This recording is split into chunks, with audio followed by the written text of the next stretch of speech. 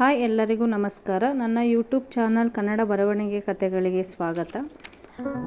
Middle class ಹುಡುಗನ ಕಥೆಯು ಮುಂದುವರಿಯುತ್ತದೆ.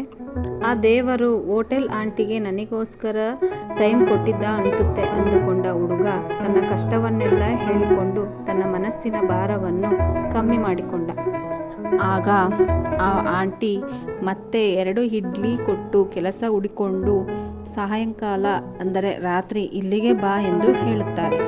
ತನ್ನ ಲಗೇಜನ್ನು ಹೋಟೆಲ್ಲಿನ ಒಂದು ಮೂಲೆಯಲ್ಲಿ ಇಟ್ಟು ಕೆಲಸ ಹುಡುಕಲು ಖುಷಿಯಿಂದ ಹೊರಡುತ್ತಾನೆ. ಎಲ್ಲಿಯೂ ಕೂಡ ಕೆಲಸ ಸಿಗುವುದಿಲ್ಲ. ಬೆಂಗಳೂರಿನಲ್ಲಿ 2002 ರಿಂದ 2003ರಲ್ಲಿ ಕೆಲಸ ಸಿಗುವುದು ಸ್ವಲ್ಪ ಕಷ್ಟ ಇತ್ತು. ರಾತ್ರಿ ಸುಮಾರು 8 ಗಂಟೆ ಮತ್ತೆ ಅದೇ ಹೋಟೆಲ್ಗೆ ಬರುತ್ತಾನೆ. ಹುಡುಗನ ಮುಖ ನೋಡಿದ ಆಂಟಿಗೆ ಗೊತ್ತಾಯಿತು. ಬಾ ಊಟ ಮಾಡು ಎಂದು ಅನ್ನ ಸಾಂಬಾರ್ ಕೊಡುತ್ತಾರೆ. ಮತ್ತೆ ಆಂಟಿ ನಾಳೆ ಕೆಲಸ ಪ್ರಯತ್ನ ಮಾಡು, ಸಿಗುತ್ತದೆ ಎನ್ನುತ್ತಾರೆ. ಆ ಹುಡುಗ ತನ್ನ ಲಗೇಜನ್ನು ತೆಗೆದುಕೊಂಡು ಮತ್ತೆ ಅದೇ ಪಾರ್ಕಿಗೆ ಹೋಗಿ ಮಲಗುತ್ತಾನೆ. ಮುಂದುವರಿಯುತ್ತದೆ.